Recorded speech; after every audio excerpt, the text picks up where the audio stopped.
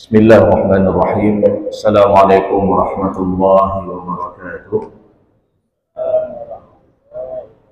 Alhamdulillah alladzi bi ni'matihi tatimmu shalihat wa bi fadlihi tatanazzalu al-barakat wal khairat wa bi tawfiqihi tatahaqqaqu al-maqasid wal ghayat. Asyhadu an la ilaha illallah wa asyhadu anna Muhammadar Rasulullah. Allahumma salli wa sallim ala Sayyidina Muhammad wa ala alihi wa sahbihi ajma'in. Kaum muslimin dan kaum muslimat, orang tua kami, guru-guru kami, sidang jamaah salat subuh yang dimuliakan oleh Allah Subhanahu wa taala. Pertama-tama marilah kita memanjatkan puji dan syukur kita kepada Allah Subhanahu wa taala yang masih memberikan kita nikmat iman, nikmat sehat, dan juga nikmat kesempatan untuk membuka mata pada pagi yang berbahagia ini. Maka tiada kata yang pantas kita ucapkan ketika kita membuka tiap paginya, melainkan kita memuji Allah atas nikmat kehidupan tersebut dengan kita membaca Alhamdulillahilladzi ahyana ba'dama amatana wa ilaihin nusyur. Alhamdulillah, segala puji bagi Allah alladzi ahyana, yang telah menghidupkan kita pada pagi ini, ba'dama amatana, yang sebelumnya kita diberikan kematian. Jadi tidur itu adalah salah satu bentuk kematian kecil. Berapa banyak orang yang tidur malam, rupanya itu menjadi tidur panjangnya ataupun kematiannya. Wa ilaihin nusyur, dan kepadanya lah semua kita akan kembali. Salawat dan salam tak lupa pula kita sampaikan kepada Nabi Muhammad SAW, Rasulullah sebagai qudwah hasanah, Rasulullah sebagai suri tauladan yang baik yang patut kita contohi dalam kehidupan kita sehari-hari. Bapak Ibu yang dimuliakan oleh Allah Subhanahu wa taala, hari ini kita berada di hari-hari akhir daripada bulan Zulqa'dah. Tepatnya kita berada di tanggal 27 Zulqa'dah, dan kurang lebih 2 atau 3 hari lagi kita akan memasuki bulan Zulhijjah. Yang mana 2 bulan ini jemaah yang dimuliakan oleh Allah Subhanahu wa taala termasuk dari bulan-bulan yang Allah muliakan, termasuk dari bulan-bulan yang Allah lebihkan, dan juga ini disebutkan di dalam Al-Qur'an. Dalam surat At-Taubah ayat ke-36, Allah Subhanahu wa taala berfirman, "Inna 'iddatash syuhuri 'indallah 12 syahran fi kitabillah yawma khalaqas samawati wal ard minha arba'atun hurum dzalika ad-dinul qayyim fala tadhlimu fihinna anfusakum." Sesungguhnya perhitungan bulan yang diakui di sisi Allah itu ada 12 bulan. Yang mana 12 bulan ini telah Allah tetapkan sejak awal penciptaan langit dan bumi. Dan 12 bulan tersebut dimulai daripada bulan Muharram, diakhiri dengan bulan Zulhijjah. Minha arba'atun hurum, dan di antara 12 bulan tersebut ada 4 bulan yang dikenal dengan bulan haram. Ada 4 bulan yang dikenal dengan bulan haram. Makna ataupun apa yang dimaksud dengan bulan haram ini?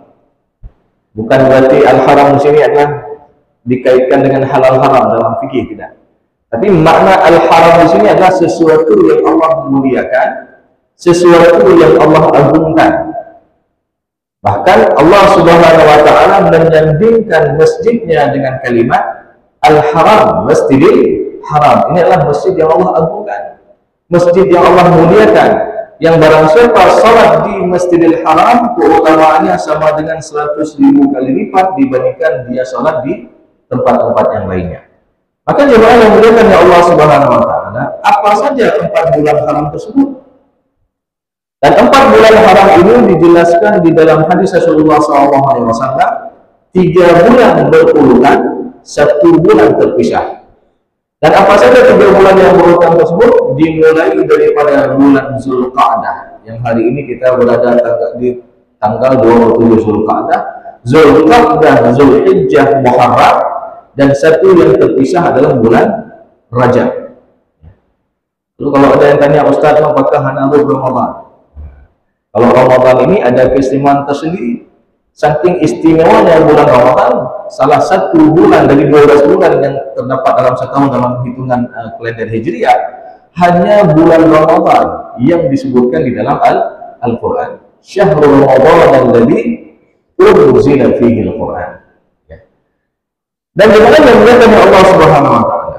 Jadi kita dari bulan Zulqa'dah, Zulhijjah, Muharram. Jadi sampai 2 bulan ke depan ini kita masih berada di bulan haram. Ya. Dan ada apa dengan bulan haram tersebut? Kita dianjurkan untuk memperbanyak amal-amal kebaikan kita. Fastabiqul khairat. Ya. Kita memperbanyak amal kebaikan karena sejatinya ketika ada orang yang melakukan amal saleh di bulan haram tersebut, Allah Subhanahu wa taala lipat gandakan pahala kita. Allah lipat gandakan pahala kita. Dan puncaknya adalah ketika kita memasuki bulan Zulhijjah, yang mana juga amalan di awal bulan Zulhijjah ini Rasulullah SAW memperbanyak puasa, memperbanyak zikir, memperbanyak taubat kepada Allah Subhanahu wa taala. Bahkan di sana ada puasa yang sangat luar biasa keutamaannya, yaitu puasa Arafah. Di puasa Arafah, yang mana Rasulullah SAW mengatakan dalam hadisnya, barang siapa yang melakukan puasa Arafah, maka keutamaannya yukaffiru sanatal madhiyah wal baqiyah. Diampuni dosanya setahun yang lalu dan setahun yang akan datang. Begitu juga jemaah yang dimuliakan oleh Allah Subhanahu wa taala, juga amalan yang tidak kalah pentingnya dan luar biasa keutamanya adalah bagi orang-orang yang melaksanakan ibadah haji dan umrah.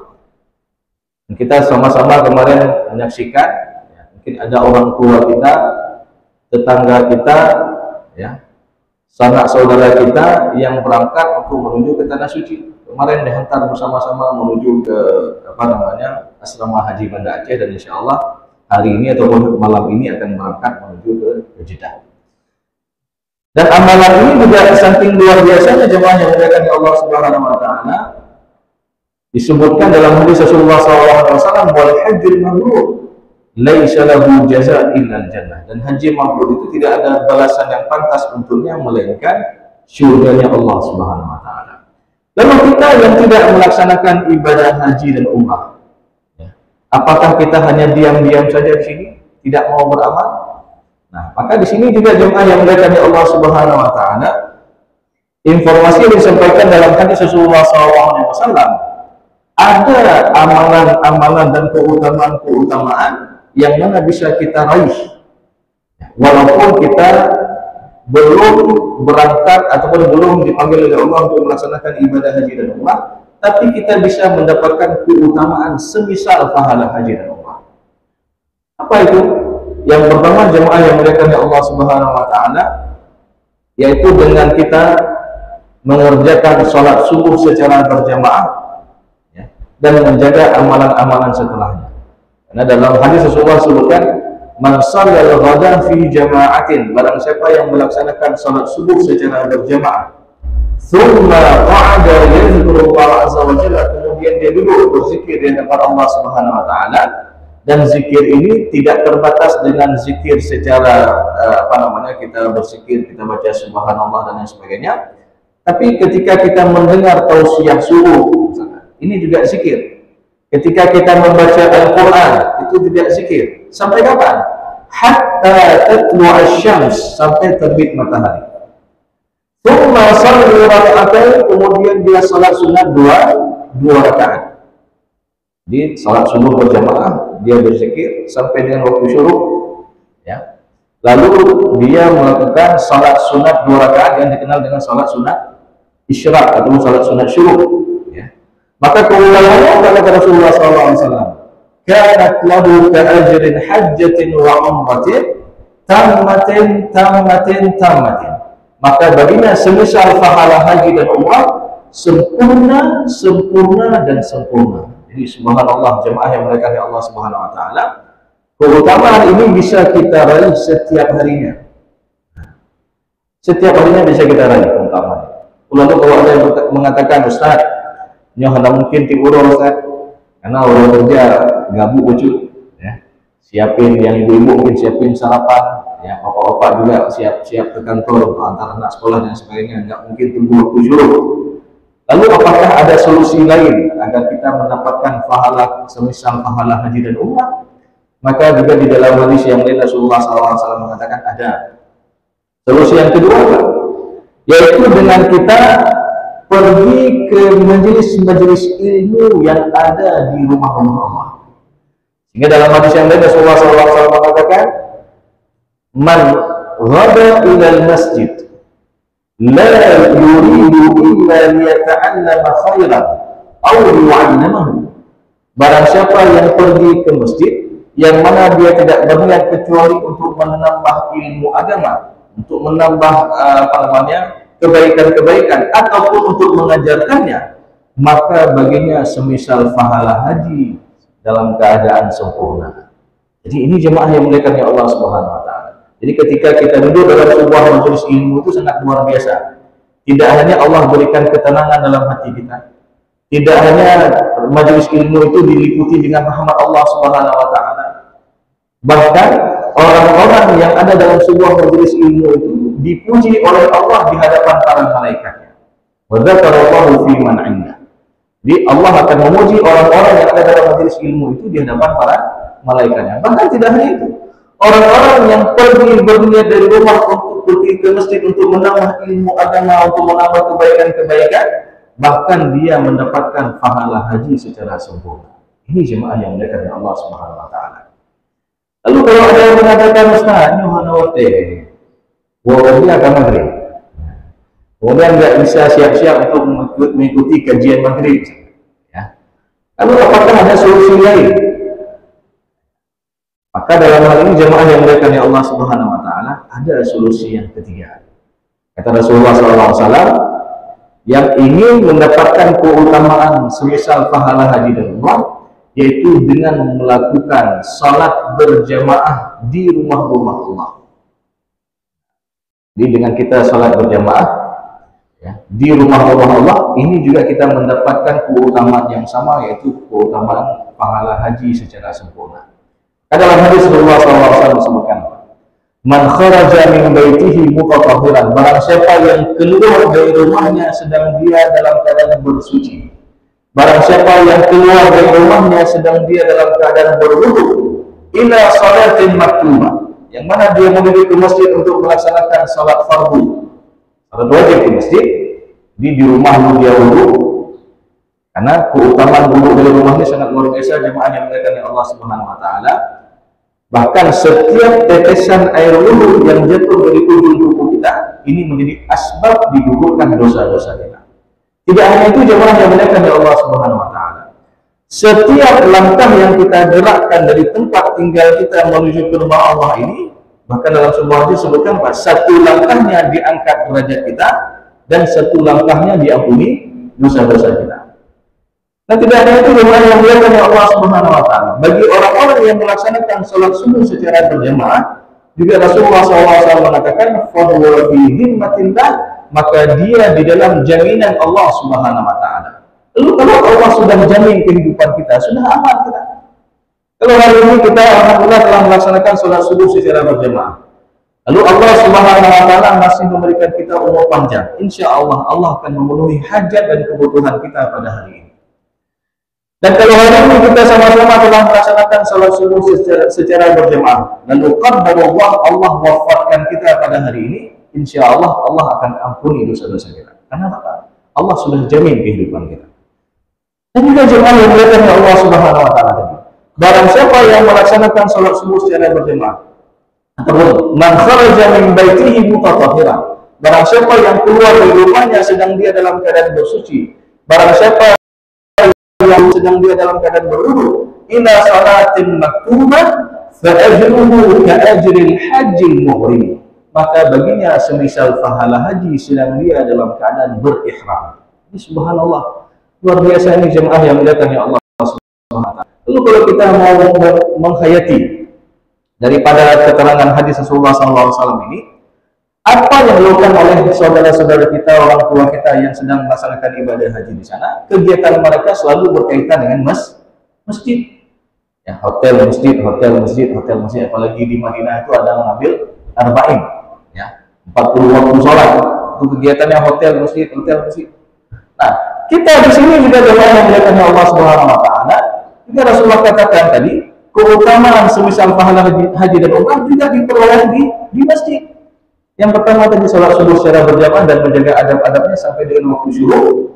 Lalu dia salat sunat isyraq 2 rakaat, maka keutamanya semisal pahala haji dan umrah secara sempurna.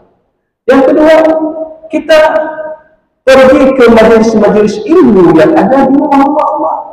Itu juga kita mendapatkan keutamaan pahala haji secara sempurna. Yang ketiga adalah dengan memakmurkan rumah-rumah Allah ketika kita melaksanakan salat fardu di rumah-rumah Allah.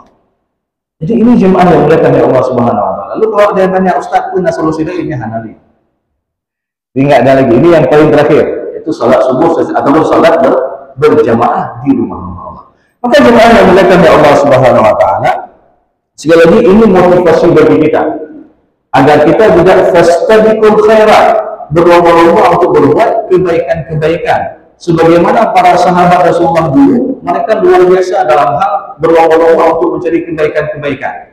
Bahkan ada sebuah kisah ketika salah seorang sahabat Rasulullah SAW waktu itu mengadu kepada Rasulullah. Jadi sahabat Rasulullah ini ada memang sahabat yang kaya-kaya seperti Utsman bin Affan, Umar bin Khattab, Abu Bakar Rasul. Ini termasuk orang-orang yang Allah berikan anugerah harta yang luar biasa. Di samping itu ada juga sahabat Rasulullah yang diberikan kekurangan harta. Sehingga suatu ketika sahabat yang kekurangan harta ini mengadu kepada Rasulullah, "Ya Rasulullah, zahaba ashabud dufur bitujur." Enak kali orang kaya itu ya Rasulullah. Mereka sudah borong semua pahala-pahala. Lalu Rasulullah tanya, "Kenapa seperti itu?" "Ya Rasulullah, yusalluna kama nusalli." Orang kaya itu sholat sebagaimana kami sholat ya Rasulullah. Kami pergi ke masjid sholat berjamaah, orang itu juga sholat berjamaah ke masjid. Kami bangun tengah malam untuk sholat tahajud, mereka juga bangun tengah malam sholat tahajud. Wa yasumuna kama nasum. Mereka puasa sebagaimana kami puasa ya Rasulullah. Jadi orang kaya itu puasa, kami puasa Senin Kamis, mereka juga puasa Senin Kamis. Kami puasa di bulan Ramadan, mereka juga puasa di bulan Ramadan. Tapi ya Rasulullah, mereka punya kelebihan harta. Yang mana dengan hartanya itu mereka bisa bersedekah, yang mana dengan hartanya itu mereka bisa daftar haji, yang mana dengan hartanya itu mereka bisa beri rumah dan amal-amal yang lainnya. Wa laysa lana malun natasaddaqu bihi, dan kami ini nggak punya harta yang bisa kami sedekahkan. Ini kita lihat bagaimana sahabat Rasulullah SAW iri, tapi iri bukan hal dalam hal mengejar duniawi, tapi apa? Dalam hal amalan. Ya. Oh, dia bisa beramal ini, saya nggak bisa. Sehingga Rasulullah SAW memberikan solusi kepada sahabat tersebut. Ya Abu Dzar, dan yang tanya inilah Abu Dzar, bukankah telah kuberitahukan kepada kalian, inna likulli tasbihatin sedekah. Setiap bacaan tasbih yang kalian baca itu subhanallah, subhanallah, itu juga sedekah. Ya. Wa kullu takbiratin sedekah, dan setiap bacaan takbir yang kalian baca itu juga sedekah. Allahu Akbar, Allahu Akbar, Allahu Akbar, juga sedekah. Wa kullu tahlilatin sedekah, dan setiap bacaan tahlil la ilaha illallah, la ilaha illallah, la ilaha illallah, juga sedekah. Makanya jemaah yang dimuliakan oleh Allah Subhanahu Wa Taala, ada hal yang menarik. Ketika kami dulu masih kuliah di Mesir, ada pernah pergi mengunjungi sebuah rumah sakit. Ya. Jadi rumah sakit ini namanya Rumah Sakit Rabi'ah Al-Adawiyah. Jadi ketika menunggu antrian obat, ya, baik di antrian obat ataupun di antrian dokter, di situ ada stiker tertulis apa?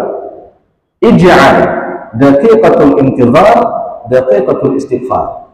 Jadikanlah waktu menunggu itu adalah waktu untuk beristighfar. Ini juga menarik, bisa kita praktekkan ya. Kalau ada klinik, kalau ada rumah sakit, kalau ada tempat fasilitas umum yang di sana ada antrian orang, kita buat stiker seperti itu. Sehingga dengan itu juga sebagai dakwah. Ya. Ketika orang baca itu dia dengan ulutnya. Ini juga kita mendapatkan pahala sedekah. Dan tidak hanya itu, memang yang diberikan oleh Allah Subhanahu Wa Taala wal amru bil ma'ruf sedekah. Kita suruh orang berbuat baik juga sedekah. Kita pakat rekan saudara kita, keluarga kita, yuk ajak sampai subuh kan. Ini juga sedekah. Wa nahyu 'anil munkar sedekah, dan ketika kita cegah orang berbuat munkar juga sedekah. Maka jemaah yang dimuliakan oleh Allah Subhanahu wa taala, sehingga dalam hal ini bagaimana sahabat Rasulullah itu iri dalam hal berbuat kebaikan-kebaikan, maka kita juga seperti itu. Di saat ada orang tua kita, saudara kita, tetangga kita yang berangkat haji, apakah kita hanya tinggal diam saja tidak mau beramal? Kita juga beramal. Dan puncaknya jemaah yang dimuliakan oleh Allah Subhanahu wa taala, kita yang ada di sini juga kita melakukan sembelihan kurban. Di sembelihan kurban ini bagi yang berniat untuk berkurban pada tahun ini, maka hendaklah dia menahan diri dari memotong rambut dan kukunya sejak awal masuk tanggal 1 Zulhijjah. Ya, ini termasuk sunnah-sunnah. Kemudian juga jemaah yang dimuliakan oleh Allah Subhanahu wa taala, keutamaan berkurban itu, ya. Pernah salah seorang sahabat bertanya kepada Rasulullah, "Ya Rasulullah, apa itu udhiyah?" Rasulullah mengatakan, "Sunnat abikum Ibrahim." Ini adalah sunnah daripada Nabi Ibrahim alaihissalam. Fama lana ya Rasulullah, maka apa yang kami dapatkan ya Rasulullah? Maka Rasulullah katakan apa? Wa fi sya'rihi atau wa fi sya'riha hasanah. Setiap satu bulu ataupun satu rambut daripada hewan yang dikurbankan itu adalah satu kebaikan. Pernah nggak kita hitung rambut binatang yang kita sembelih? Bahkan salah seorang sahabat berkata, "Ya Rasulullah, bagaimana dengan bulu-bulunya?" Bahkan bulu-bulunya pun itu juga dihitung satu kebaikan. Langsung atau hitung bulu kambing. Ya, siapa yang pernah hitung bulu kambing yang kita kurbankan? Pernah nggak? Berapa biji kebaikan? Berapa ratus ribu kebaikan? Ya. Jadi ini semuanya melihat Allah SWT motivasi kita untuk beramal soleh. Apalagi kita lakukan di bulan haram. Allah lipat gandakan kebaikan. Wal hasanatu bi'asyri amsalihha. Satu kebaikan itu dilipat gandakan jadi 10. Jadi luar biasa ini jemaah yang dimuliakan oleh Allah Subhanahu wa taala, pahala-pahala kebaikan yang bisa kita raih ya ketika kita berada di bulan haram ini, khususnya di bulan Zulhijjah. Namun jemaah yang dimuliakan oleh Allah Subhanahu wa taala, jangan kita lupakan bahwa bicara tentang masalah kurban ini bukan hanya bicara secara kita sembelihan begitu saja. Bicara ibadah kurban ini pada hakikatnya ada kaitannya dengan ketakwaan kita kepada Allah Subhanahu wa taala. Ya. Karena di dalam Al-Qur'an juga Allah Subhanahu wa taala berfirman, "La yanalallaha luhumuha wa la dima'uha walakin yanaluhu taqwa minkum." Tidak sampai dagingnya kepada Allah, tidak sampai darahnya kepada Allah, akan tapi yang sampai adalah yanaluhu taqwa minkum, ketakwaan kita kepada Allah dengan kita ikhlas di dalam berkurban. Dan kita dulu pernah mendengar juga kisah sejarah awal mula kurban. Jadi sejarah awal mula kurban itu bukan dari masa Nabi Ibrahim alaihissalam. Bahkan kurban itu pertama sekali terjadi sejak awal Nabi Adam alaihissalam. Ketika anak-anak daripada Nabi Adam alaihissalam, Habil dan Qabil, mereka juga berkurban, mempersembahkan untuk Allah Subhanahu wa taala. Ya. Habil berkurban, Qabil juga berkurban. Tapi apa kata Allah Subhanahu wa taala? Qala innama yataqabbalullahu minal muttaqin. Jadi hanya yang diterima di sisi Allah adalah dari kurban hamba-hambanya yang takwa. Sehingga Allah mengabulkan kurban daripada Habil dan Allah tidak menerima kurban daripada Qabil. Jadi ingat bahwasanya kurban itu juga ada kaitannya dengan takwa. Maka jemaah yang dimuliakan oleh Allah Subhanahu wa taala, bicara tentang masalah takwa ini, kalau kita lihat di dalam Al-Qur'an, tidak disebutkan kalimat takwa itu kecuali dia disandingkan dengan perbuatan yang baik-baik. Ya. Mandu bodek yang takwa. Baik itu berkaitan hubungan kita dengan Allah ataupun yang berkaitan hubungan kita dengan sesama manusia. Apa yang berkaitan hubungan kita dengan Allah? Contoh, Ketika kita tadi mengerjakan salat, nah, salat ini ada nilai takwa.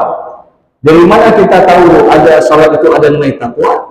Di dalam surat Al-Baqarah ayat kedua dan ayat yang ketiga. Saya yakin Bapak Ibu sudah hafal semua. Ya, apalagi ayat yang pertama.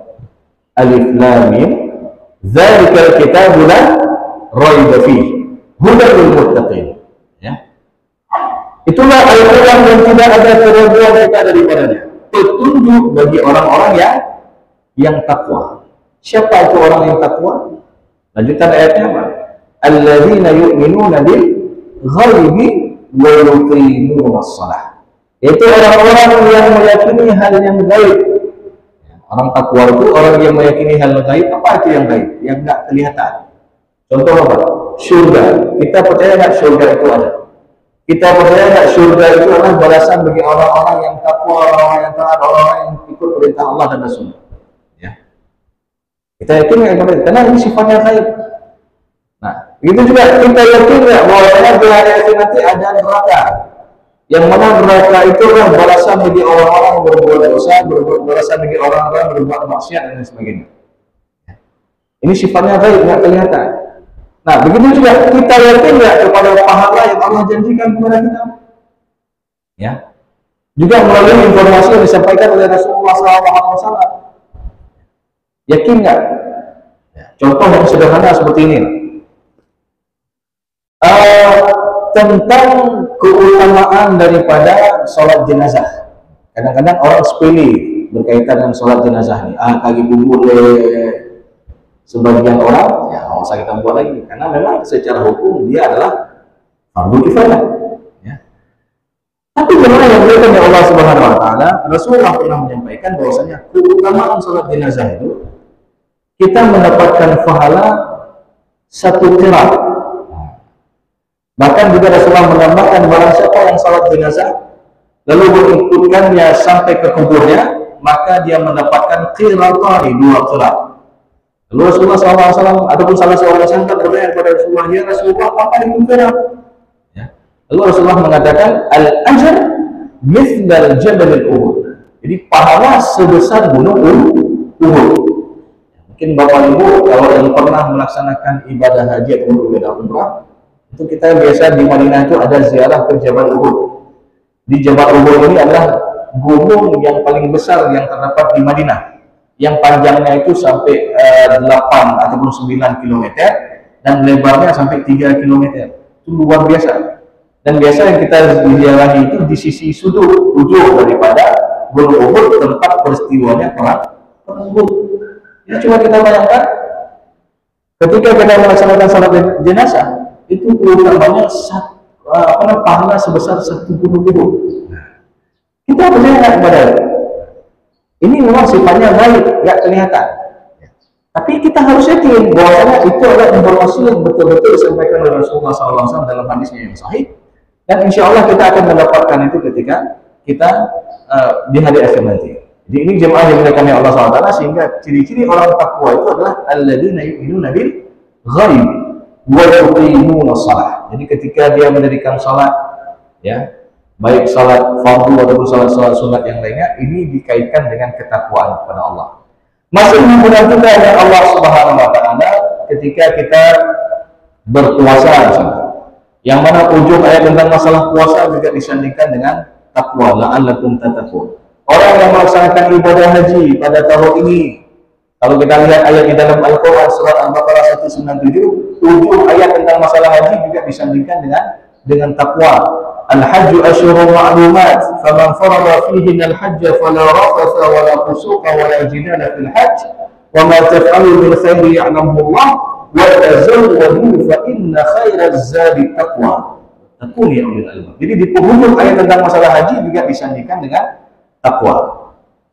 Orang yang berkorban sebagaimana yang kita sebutkan tadi dalam surat Al-Hajj, la yanalallaha luhumuha wa la dima'uha walakin yanaluhu taqwa minkum. Tidak sampai dagingnya kepada Allah, tidak sampai darahnya kepada Allah, akan tapi yang sampai apa? Ketakwaan kita kepada Allah Subhanahu Wa Taala. Jadi jemaah yang mendekatkan Allah Subhanahu Wa Taala, apapun bentuk ritual ibadah yang langsung kaitannya antara kita dengan Allah, di sana ada nilai takwa.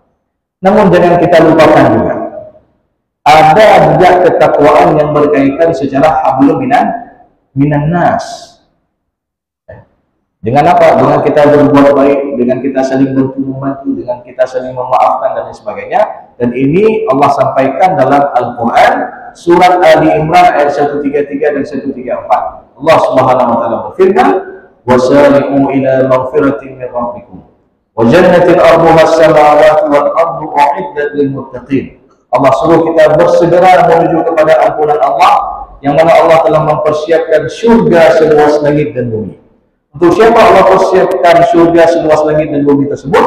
U'iddat lil muttaqin, untuk khusus bagi hamba-hambanya yang takwa. Lalu siapa yang dimaksud orang-orang takwa dalam ayat ini? Lanjutan ayat 134 Ali Imran, Allah jelaskan ciri-cirinya, yang semua ciri-cirinya ini berkaitan hubungan kita dengan sesama manusia. Yang pertama apa? Alladzina yunfiquna fis sarra'i wad dharra wal kadhimina al-ghaidha wal 'afina 'anil nas wallahu yuhibbul muhsinin. Adapun yang pertama adalah ciri orang takwa itu yang berkaitan secara hablum minan nas, dia gemar membantu orang lain, baik dia dalam keadaan lapang maupun dalam keadaan sempit. Ketika dia mendengar ada saudara yang butuh bantuan, dia bantu. Ketika dia mendengar ada saudara yang butuh uluran-ulurannya, dia bantu, baik dia dalam keadaan lapang maupun dalam keadaan sempit. Yang kedua, wal kadhiminal ghaidha, yaitu orang-orang yang mampu menahan amarahnya, tidak cepat emosi, tidak cepat marah. Ini ciri-ciri takwa secara hablum minan nas. Karena kalau kita mau menghayati jemaah yang dimuliakan oleh Allah Subhanahu wa taala, dari ibadah-ibadah yang Allah syariatkan kepada kita, ibadah-ibadah ini kalau kita laksanakan dengan benar, maka itu akan menuntun kita menjadi pribadi-pribadi yang takwa, yang mampu tahan amarah. Contoh, orang yang melaksanakan ibadah haji, itu luar biasa cobaannya. Kadang-kadang apalagi tahun ini cuacanya sampai 49 sampai 50 derajat. Ya, ini luar biasa ujiannya, luar biasa cobaan. Kadang-kadang nanti sudah cepat emosi dan lain sebagainya. Maka kita disuruh untuk tahan amarah. Ya, maka tadi disebutkan wala rafasa wala fusuqa wala jidala fil hajj. Enggak boleh kita berkata kasar, enggak boleh kita berkata kotor, enggak boleh kita bertengkar. Ya. Ketika kita sedang haji, orang yang berpuasa tidak seperti itu. Bahkan Rasulullah mengatakan, kalau ada orang yang mengajakmu bertengkar, maka katakanlah kepadanya, inni sha'im, maaf saya sedang berpuasa, Berarti kita disuruh untuk tahan amarah. Ketika kita mengerjakan ibadah salat, kalau betul-betul kita lakukan ibadah salat ini, bukankah Allah tidak mengatakan dalam Al-Quran, wa aqimis salat, innas salata tanha 'anil fahsya'i wal munkar. Jadi jemaah yang dimuliakan oleh Allah Subhanahu wa taala, ritual ibadah yang kita lakukan itu sejatinya akan membimbing kita menjadi pribadi-pribadi yang mampu tahan amarah, yang berkaitan hubungan kita dengan sesama manusia. Dan yang ketiga juga disebutkan dalam Al-Quran ini, ciri-ciri orang takwa secara hablum minan nas itu adalah wal 'afina 'anil nas, ketika dia mau memaafkan kesalahan orang lain, tidak dendam dan sebagainya. Wallahu yuhibbul muhsinin, dan Allah mencintai orang-orang yang berbuat baik. Maka oleh karena itu jemaah yang dimuliakan Allah Subhanahu wa taala, tadi kita menyebutkan bahwasanya barang siapa yang melakukan amal kebaikan di bulan haram ini, Allah lipat gandakan pahala. Sebaliknya, kalau ada orang yang melakukan perbuatan dosa dan maksiat di bulan haram ini, itu juga Allah perbesarkan dosanya. Ya. Jadi mayang-mayang bulan haram. Dengan bulan hari ini, dengan bulan haram ini, jangan kita istilahnya nggak mau beramal, ataupun bahkan ada orang yang sampai dia melakukan perbuatan maksiat di bulan haram ini. Karena kenapa? Ketika dia melakukan perbuatan dosa dan maksiat di bulan haram ini, juga Allah perbesarkan dosanya. Yang sama lagi di tanah haram. Ketika kita di tanah haram di Mekah ataupun di Madinah, ketika ada orang melakukan amal kebaikan di tanah haram, Allah lipat gandakan pahala. Begitu juga kalau ada orang berbuat maksiat dan dosa di tanah haram, Allah membesarkan dosanya. Jadi dari mana kita tahu akan diperbesar dosanya? Lanjutan ayat dari pada surat At-Tawbah ayat ke-36 tadi, fala tadlimu fihinna anfusakum, dan janganlah kalian menzalimi diri kalian sendiri pada bulan-bulan haram tersebut. Sehingga kata para ulama, zalim ini ada tiga macam. Ya. Yang pertama ada zalim yang berkaitan hubungan kita dengan Allah. Apa itu? Ketika kita berbuat syirik, ketika kita menduakan Allah Subhanahu wa taala. Dari mana kita tahu ini adalah kezaliman yang besar? Di dalam Al-Qur'an. Ketika ahlul hikmah Luqman Al-Hakim menyampaikan nasihat kepada anaknya, "Ya bunayya, la tusyrik billah. Inna syirka la dzulmun 'adzim." Wahai anakku, janganlah engkau berbuat syirik kepada Allah. Sesungguhnya kesyirikan itu adalah kezaliman yang paling besar. Bagaimana tidak besar? Allah yang telah menciptakan kita, Allah yang telah memberikan kita rezeki, Allah yang mempermudah alam semesta ini dan lain sebagainya. Maka kita buat tandingan dengan Allah, maka ini adalah kezaliman yang paling besar. Inna syirka la dzulmun 'adzim. Ini yang pertama. Yang kedua, ada zalim terhadap diri sendiri. Bagaimana yang maksud dengan zalim terhadap diri sendiri? Ketika dia melakukan perbuatan dosa dan maksiat berkaitan dirinya, dan ketika dia juga tidak menjalankan kewajibannya sebagai seorang hamba Allah. Ini zalim terhadap diri sendiri. Ya. Jadi misalkan ketika ada seseorang di dalam kesunyian, tidak ada orang yang melihatnya, lalu dia berbuat maksiat, maka ini dianggap adalah zalim terhadap diri sendiri. Ataupun ada orang yang ketika dia sudah mendengar azan berkumandang, lalu dia meninggalkan sholat begitu saja, bahkan dia tidak sholat, maka ini juga zalim terhadap diri sendiri. Maka di sana juga ada doa yang kita juga dianjurkan untuk memperbanyak membaca doa tersebut. Doa ini adalah doa yang paling tua. Kenapa kita bilang doa yang paling tua? Karena doa ini diucapkan oleh Nabi Adam alaihissalam. Ketika Nabi Adam alaihissalam melakukan perbuatan dosa dengan memakan buah khuldi, lalu apa doa yang disampaikan oleh Nabi Adam? Rabbana zalamna anfusana wa in lam taghfir lana wa tarhamna lanakunanna minal khasirin. Rabbana zalamna anfusana, ya Allah, sesungguhnya kami telah menzalimi diri kami sendiri dengan perbuatan dosa dan maksiat. Wa in lam taghfir lana wa tarhamna lanakunanna minal khasirin. Dan jika engkau tidak mengampuni kami, ya Allah, dan tidak mengasihi kami, sungguh kami termasuk orang-orang yang rugi. Jadi ketika kita buat zalim terhadap diri sendiri, rugi. Ini zalim terhadap diri sendiri. Kemudian yang ketiga, ada zalim terhadap orang lain. Bagaimana yang maksud dengan zalim terhadap orang lain? Dengan dia mengunjing orang lain, dengan dia memfitnah orang lain, dengan dia memakan hak orang lain dan sebagainya. Dan ini jemaah yang dimuliakan oleh Allah Subhanahu wa taala banyak terjadi dalam masyarakat kita. Apalagi dalam permasalahan sengketa warisan. Jadi masalah sengketa warisan ini kadang-kadang tanpa kita sadari kita telah melakukan perbuatan dosa-dosa besar, bahkan kezaliman-kezaliman yang banyak. Bahkan yang pada akhirnya ketika kita melakukan perbuatan zalim terhadap orang lain ini juga akan rugi terhadap diri sendiri kita. Ya. Sia-sia amal ibadah yang telah kita bina. Sekian puluh tahun kita salat, kita kumpulkan pahala salat. Sekian puluh tahun kita puasa, kita kumpulkan pahala puasa. Sekian puluh tahun kita keluar zakat, kita telah kumpulkan pahala zakat. Tapi ketika kita zalim terhadap hak orang lain, maka pahala tersebut akan ditransfer kepada orang yang pernah kita zalimi. Sehingga Rasulullah SAW dalam hadisnya pernah menyampaikan, al-muflisu min ummati ya'ti yawmal qiyamati bi salatin wa siyamin wa zakat. Orang yang bangkrut dari umatku di hari akhir nanti, mereka banyak buat pahala salat, mereka banyak buat pahala puasa, mereka banyak buat pahala zakat dan amal-amal yang lainnya. Tentu jadi pertanyaan, kenapa jadi bangkrut? Padahal secara alhamdulillah Allah jelaskan orangnya, bagus sekali ibadah.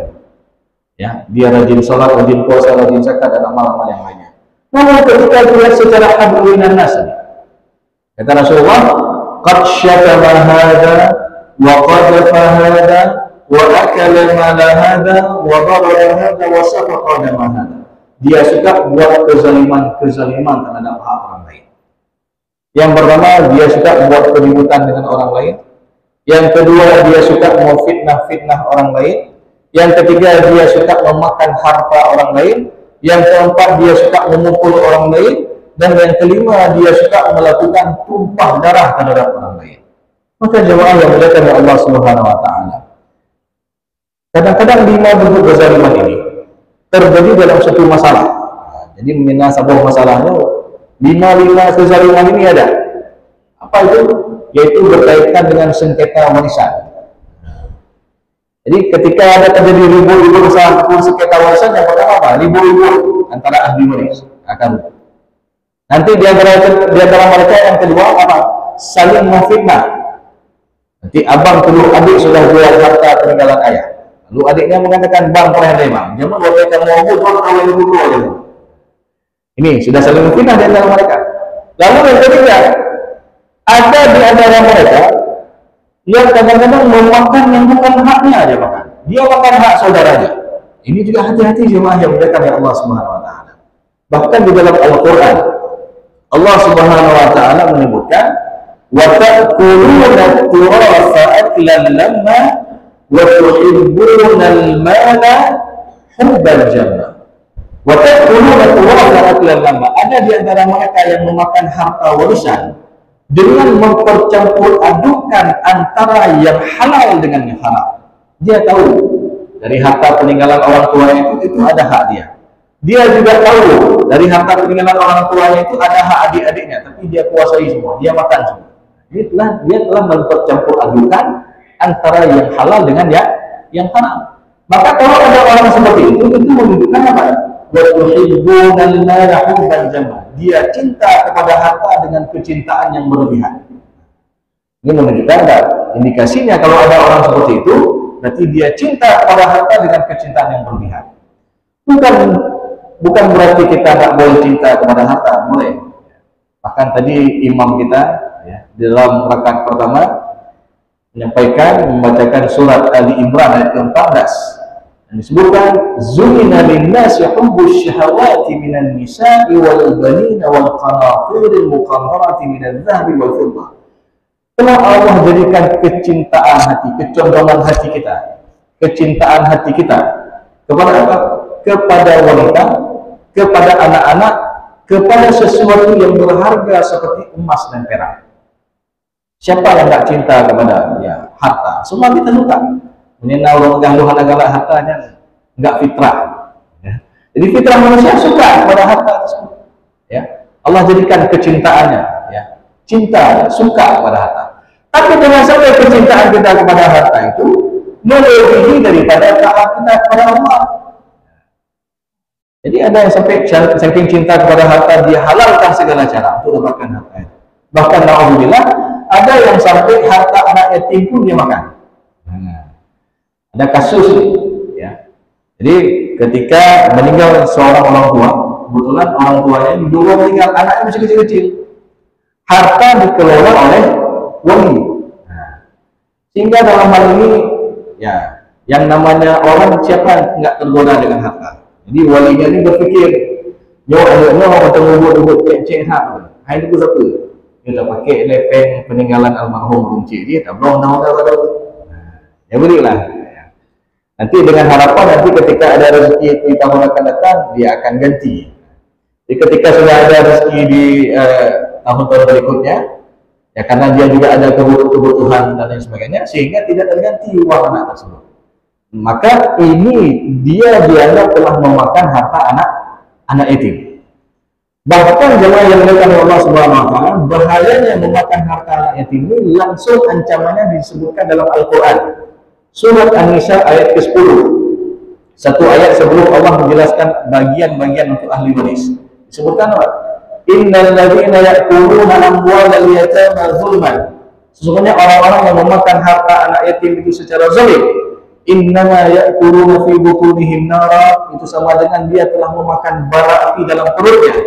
Wa sayaslawna sa'ida, dan kelak di hari akhir nanti dia akan dicampakkan ke dalam api neraka yang menyala-nyala. Jika kita bayangkan, ketika ada seorang wali yang tidak amanah dalam menjaga harta anak yatim ini, maka walaupun dia bisa makan enak dengan uang anak yatim ini, itu sejatinya dia telah memakan bara api dalam perutnya. Wasayaslahu wasaira, dan kelak di hari akhir nanti dia akan dicampakkan ke dalam api neraka yang menyala-nyala. Ini dengan catatan apa? kalau uang anak yatim ini dibelanjakan secara berlebihan. Ya. Man menyenangkannya Ustaz, man kibah menyenang wali jasid. Anaknya udah tak harta peninggalan orang cik ini. Puji baju itu boleh secara bil ma'ruf. Kalau dengan catatan walinya termasuk orang mampu. Dan ini Allah jelaskan dalam surat An-Nisa ayat ke-6. Tapi kalau walinya mampu, ya hendaklah dia tidak menyentuh dan memakan harta anak yatim tersebut karena ancamannya luar biasa. Kemudian juga kita mengenal tentang bahaya memakan hak orang lain lagi. Di dalam hadis Rasulullah disebutkan apa? Man akhadha shibran minal ardi dzulman. Barang siapa yang mengambil sejengkal hak tanah secara zalim, yang bukan haknya lalu dia mengklaim itu punya haknya, fa innahu yuqawwiruhu yawmal qiyamati sab'a aradin. Di hari akhir nanti dia akan dihimpit dan dikalungkan seberat 7 lapis bumi. Nauzubillah. Itu baru tingkat sejengkal. Yang diambil secara zalim, maka di hari akhir nanti dia akan dihimpit dan dikuburkan seberat 7 lapis bumi. Dia akan menanggung beban seberat 7 lapis bumi. Ini jemaah yang dimuliakan oleh Allah Subhanahu wa taala. Ini banyak terjadi, ya. Kalau di kampung-kampung kita kadang-kadang batasan tanah itu cuma pakai bak berundur. Ketika dia tahu rekan yang pemilik tanah sebelah sedang pergi haji dalam waktu yang lama atau pergi umrah, dia geser, yang patoknya geser, bak kayunya geser sejengkal. Ini bahaya.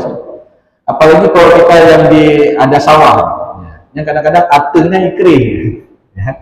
Pematang sawah itu atengnya dikrih, bacu-bacu, ya sama dengan zalim ini, dia mengambil hak jalan orang. Ya. Jadi ini ketika dia mengambil sejengkal hak tanah saja secara zalim, maka di hari akhir nanti dia akan dihimpit dan dikalungkan seberat 7 lapis bumi. Ini adalah kezaliman yang luar biasa. Apalagi jemaah yang dimuliakan oleh Allah Subhanahu wa taala, banyak kasus warisan ini yang kadang-kadang kalau kita mendengarnya ini sangat luar biasa kezaliman-kezalimannya. Termasuk ada satu kasus meninggal orang tua. Ada beberapa aset peninggalan orang tua, ada toko dan sebagainya. Toko tersebut dikelola oleh yang paling tua. Jadi uang sewa diambil semua. Dan uang sewa ini tidak diberikan kepada adik-adiknya, maka ini juga zalim. Karena kenapa? Sejatinya ketika ada orang yang meninggal dunia, dari seluruh harta peninggalan almarhum itu adalah milik bersama di antara ahli waris. Walaupun nilai kebendaannya itu yang kita anggap itu kecil. Contoh apa? Jam tangan peninggalan almarhum, yang najim, ya, itu nggak boleh ada satu orang yang masuk ambil. Dia harus minta izin kepada semua ahli waris. Karena kenapa? Di jam itu ada hak semua ahli waris. Begitu juga kadang-kadang, ya, kalau meninggal seorang ibu, ya, seorang istri meninggal dunia, yang namanya ibu-ibu kan banyak meninggalan perkakas rumah tangga, napingan, gelah dan sebagainya. Ini kadang-kadang juga jadi masalah. Ya. Ada satu ahli waris yang tanpa izin daripada ahli waris yang lain main bawa pulang, ya, kayak gorengan, ya. Dia bawa pulang piring, dia bawa pulang gelas dan sendok dan sebagainya. Nah, ketika ada acara, kebetulan pas ada acara di rumah yang ambil ini, diundang semua saudara-saudaranya. Nah, waktu saudara adik-adiknya mau ambil nasi, dia ambil piring, nyosang pinggan mak, gawat tak lo, kak anak main begah-begah, main gitu, ya. Tanya kan hawa sih, nah, sehingga jadi pembicaraan. Nanti bilang sama adik lagi, ini bilang sama adik, sehingga ini jadi fitnah. Ya. Maka jemaah yang dimuliakan Allah Subhanahu wa taala, setiap benda yang ditinggalkan oleh almarhum itu sejatinya adalah milik semua ahli waris dan tidak ada yang boleh mengambilnya kecuali atas izin daripada semua ahli waris. Kalau tidak, ini zalim. Ya, termasuk apa? Kadang-kadang ada lemari jati peninggalan orang tua, mebor, begal-begal lain, ya.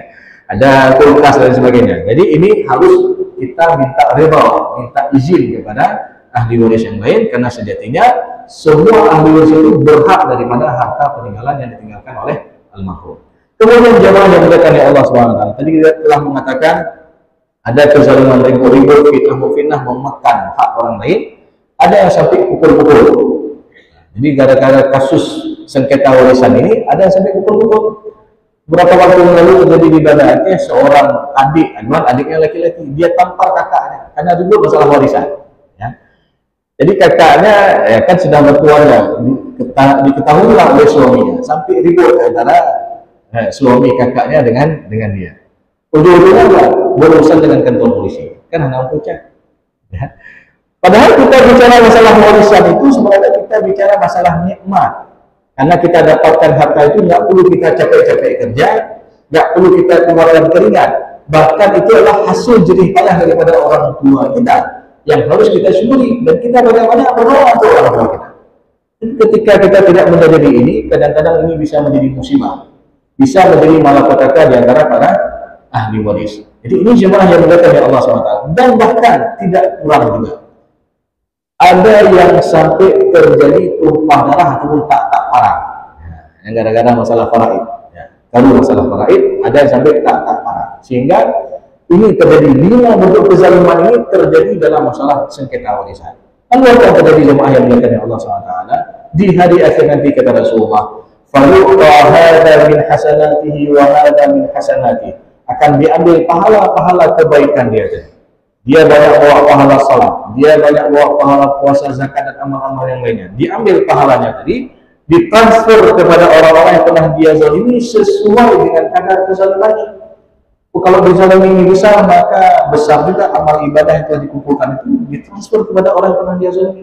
Oh, kalau yang dia zalimi ini kecil sedikit, tapi ramai orang yang dizalimi, ya, maka boleh jadi nanti di hari akhir nanti kata Rasulullah, fa'in faniyat hasanatuhu qabla ayyudrama alaih, apabila pahala-pahala kebaikan itu sudah habis, lalu dilihat lagi bahwa dia pernah buat zalim kepada orang lain lagi, maka kelak dia akan menanggung dosa orang yang pernah dia zalimi tersebut. Tsumma turiha finnar, kemudian dia dicampakkan ke dalam api neraka. Nauzubillah. Maka jemaah yang dimuliakan oleh Allah Subhanahu wa taala, sekali lagi di bulan yang mulia ini, di bulan haram ini, marilah kita memperbanyak untuk melakukan amal-amal kebaikan, fastabiqul khairat, berlomba-lomba kita berbuat kebaikan-kebaikan, dan jangan sampai kita berbuat kezaliman-kezaliman, baik kezaliman terhadap hubungan kita dengan Allah, kezaliman terhadap diri sendiri, ataupun kezaliman terhadap orang lain. Karena sejatinya ketika ada orang berbuat zalim, pada hakikatnya itu membuat diri kita merugi, sia-sia amal ibadah kita, sia-sia amal puasa kita. Karena kenapa? Pada akhirnya pahala tersebut akan ditransfer kepada orang yang pernah kita zalimi. Oleh karena itu jemaah yang dimuliakan oleh Allah SWT, sekali lagi fastabiqul khairat, berlomba-lomba kita berbuat kebaikan-kebaikan. Ketika kita bisa istiqomah dengan kebaikan-kebaikan tersebut, insya Allah Allah Subhanahu wa taala mudah-mudahan akan mewafatkan kita dalam keadaan terbaik, dan insya Allah Allah juga akan mewafatkan kita dalam keadaan husnul khatimah. Amin ya rabbal alamin. Mungkin ini saja jemaah yang dimuliakan oleh Allah Subhanahu wa taala, tausiah subuh pada pagi yang berbahagia ini. Mudah-mudahan apa yang telah disampaikan tadi bisa menjadi ilmu yang bermanfaat dan juga bisa kita amalkan dalam kehidupan kita sehari-hari. Lebih dan kurang saya mohon maaf. Aku qouli hadza wa astaghfirullah li wa lakum wa lisal mu'minin. Wassalamualaikum warahmatullahi wabarakatuh.